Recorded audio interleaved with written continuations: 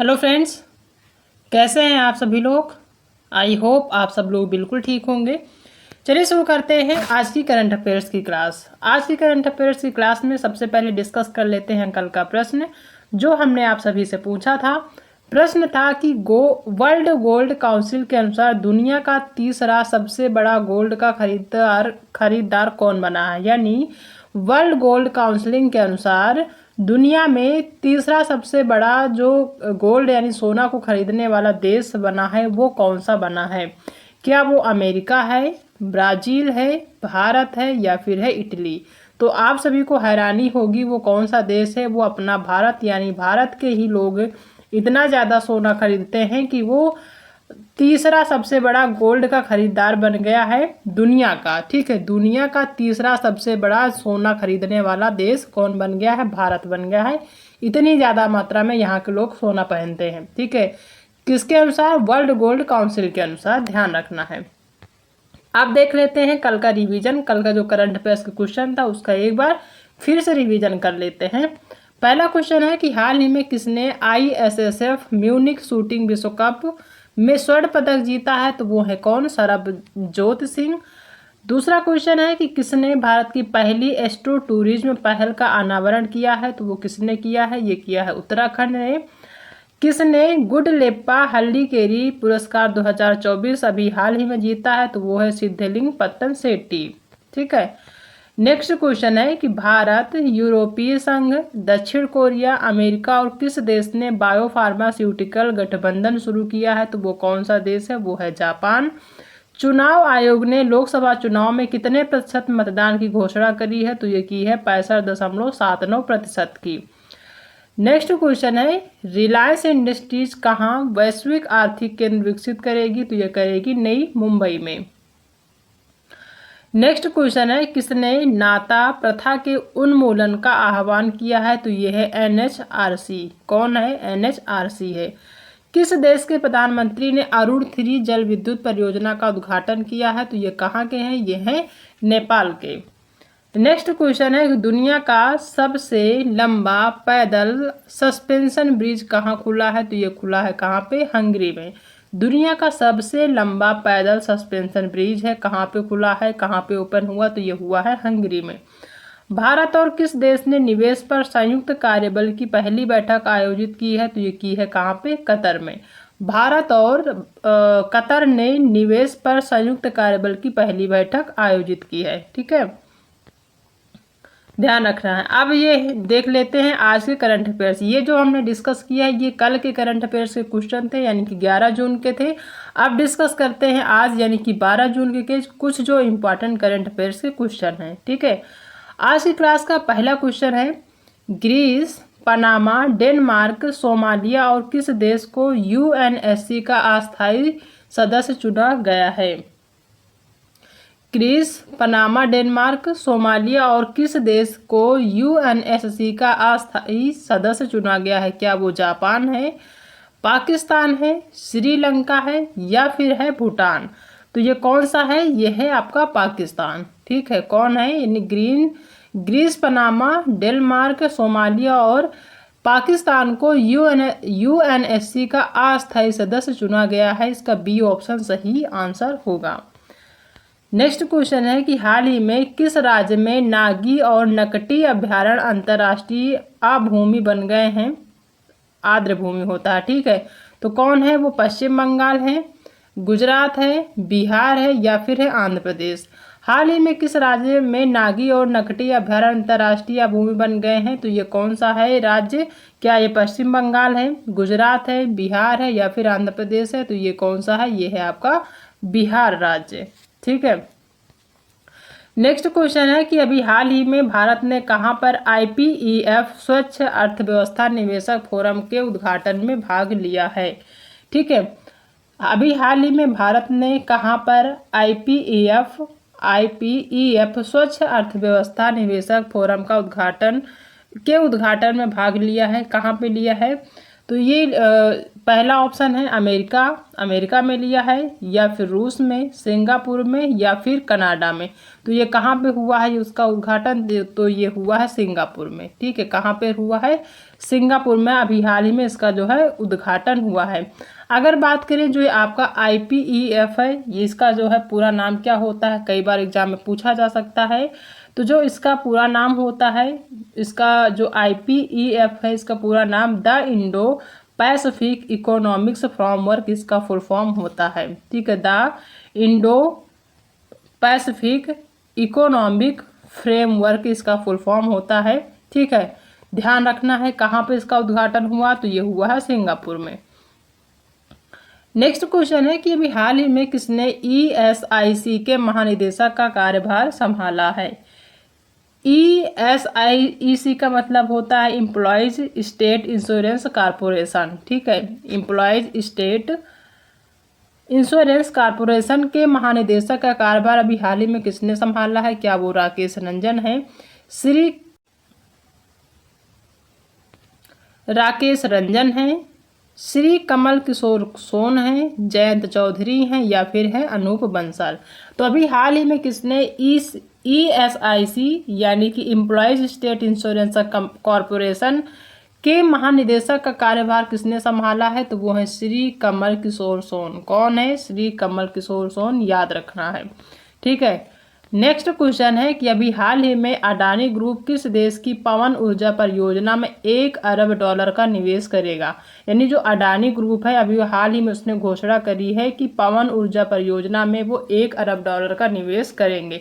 कहाँ पे करेंगे ये आपको बताना है। क्या वो श्रीलंका है, श्रीलंका में करेंगे, जापान में करेंगे, इजिप्ट में करेंगे, या फिर UAE में करेंगे? तो ये जो $1 अरब का निवेश करेंगे देश की पवन ऊर्जा परियोजना में, ये कहाँ पे करेंगे? तो ये करेंगे श्रीलंका में।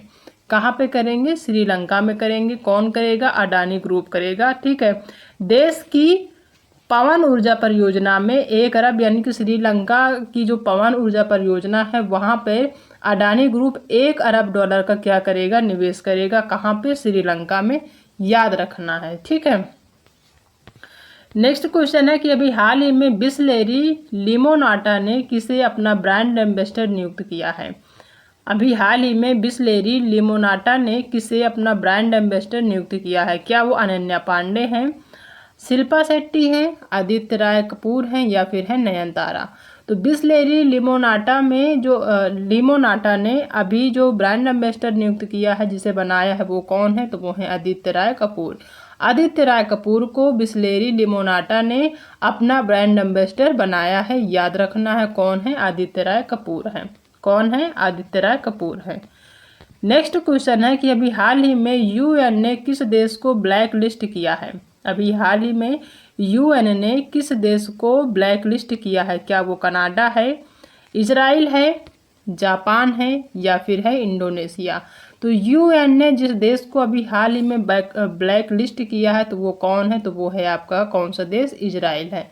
कौन सा देश है? इजराइल है। ध्यान रखना है, वो देश इजराइल है। नेक्स्ट क्वेश्चन है कि अभी हाल ही में 18वां अंतर्राष्ट्रीय फिल्म महोत्सव का आयोजन हुआ है, ये कहाँ पे हुआ है ये आपको बताना है।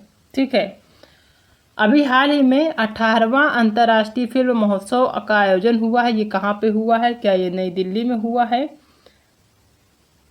या फिर जो है मुंबई में हुआ है, चेन्नई में हुआ है, या फिर हुआ है कोलकाता में?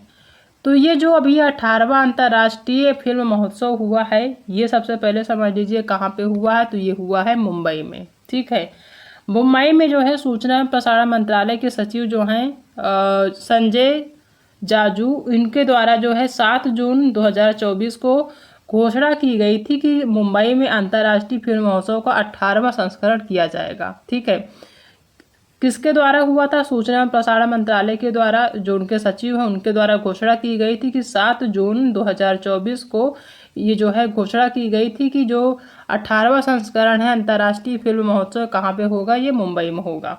ठीक है, ध्यान रखना है। जो कि अगर बात करें जो ये 18वां संस्करण चलेगा कब से कब तक? तो ये 15 जून से 21 जून तक चलेगा। 15 जून से 21 जून 2024 तक चलेगा। ठीक है, कब तक चलेगा? ये 18वां अंतर्राष्ट्रीय फिल्म महोत्सव मुंबई में, तो ये चलेगा 15 जून से 21 जून के मध्य चलेगा मुंबई में, याद रखना है। कौन सा संस्करण होगा? तो ये 18वां अंतर्राष्ट्रीय फिल्म महोत्सव का संस्करण होगा। नेक्स्ट क्वेश्चन है कि BHEL ने किस कंपनी से एक थर्मल पावर प्रोजेक्ट का ऑर्डर हासिल किया है? BHEL जो है ये ने किस कंपनी से एक थर्मल पावर प्रोजेक्ट का ऑर्डर हासिल किया है? क्या वो हेरिटेज फूड है, टाटा स्टील है, अडानी पावर है, या फिर है रिलायंस पावर? तो ये कौन है? ये है आपका अडानी पावर। ठीक है, यानी BHEL जो है भारत हेवी इलेक्ट्रॉनिक्स लिमिटेड जो है, इसने अडानी पावर से एक थर्मल पावर प्रोजेक्ट का ऑर्डर हासिल किया है। कौन सा है? अडानी पावर है। ध्यान इसको याद रखना है आपको। ठीक है, नेक्स्ट क्वेश्चन है कि अभी हाल ही में NCLT ने एयर इंडिया और किसके विलय को मंजूरी दी है? क्या वो जेट एयरवेज है, विस्तारा एयरलाइंस है, या फिर इंडिगो है, या फिर कतर एयरलाइंस है? एयरवेज है। ठीक है, तो NCLT ने जो एयर इंडिया और जिसके साथ इन्होंने विलय की मंजूरी दी है वो कौन है? तो वो है विस्तारा एयरलाइंस। ठीक है, यानी NCLT ने एयर इंडिया और विस्तारा एयरलाइंस के साथ विलय करने की क्या करी है?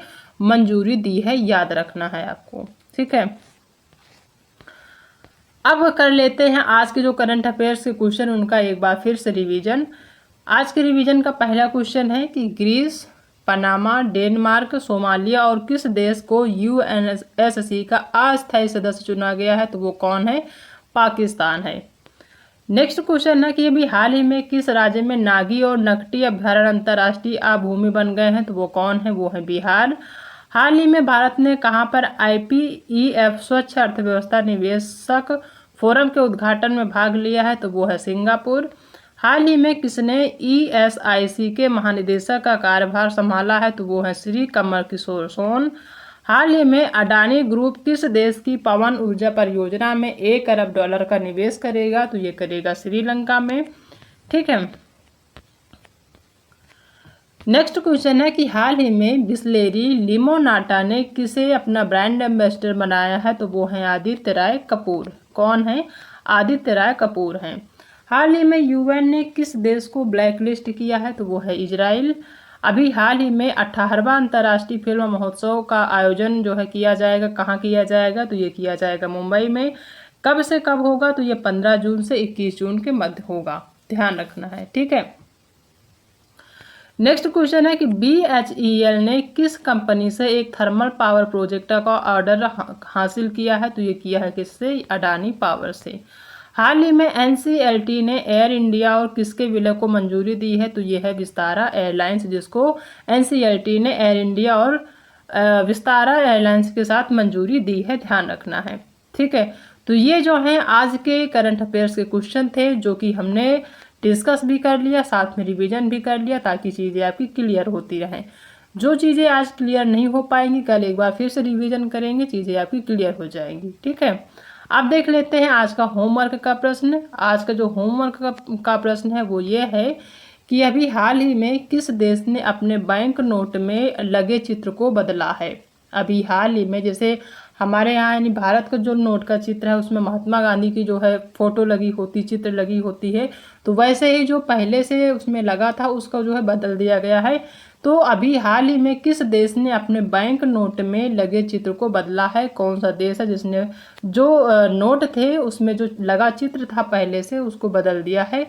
क्या वो ऑस्ट्रेलिया है, ब्रिटेन है, मालदीव है, या फिर इंडोनेशिया है? इसका जो सही आंसर है अगर आपको पता है तो आप हमें कमेंट में ज़रूर बताइएगा। ठीक है, क्वेश्चन एक बार फिर से देख लीजिए कि अभी हाल ही में किस देश ने अपने बैंक नोट में लगे चित्र को बदला है? क्या वो ऑस्ट्रेलिया है, ब्रिटेन है, मालदीव है, या फिर है इंडोनेशिया? इसका सही आंसर अगर आपको पता है तो आप हमें कमेंट में लिखना बिल्कुल भी मत भूलिएगा। ठीक है, तो आई होप कि आप सभी को आज की जो क्लास है वो पसंद आई होगी। अगर आज की क्लास पसंद आई है तो वीडियो को लाइक करिएगा, अपने दोस्तों में भी शेयर करिएगा, और अगर आप चैनल पर पहली बार विजिट कर रहे हैं तो चैनल को सब्सक्राइब करना बिल्कुल भी मत भूलिएगा। ठीक है, ऐसे ही करंट अफेयर्स की क्लास देखते रहिएगा, आपके एग्ज़ाम के लिए काफ़ी ज़्यादा हेल्पफुल रहेगी।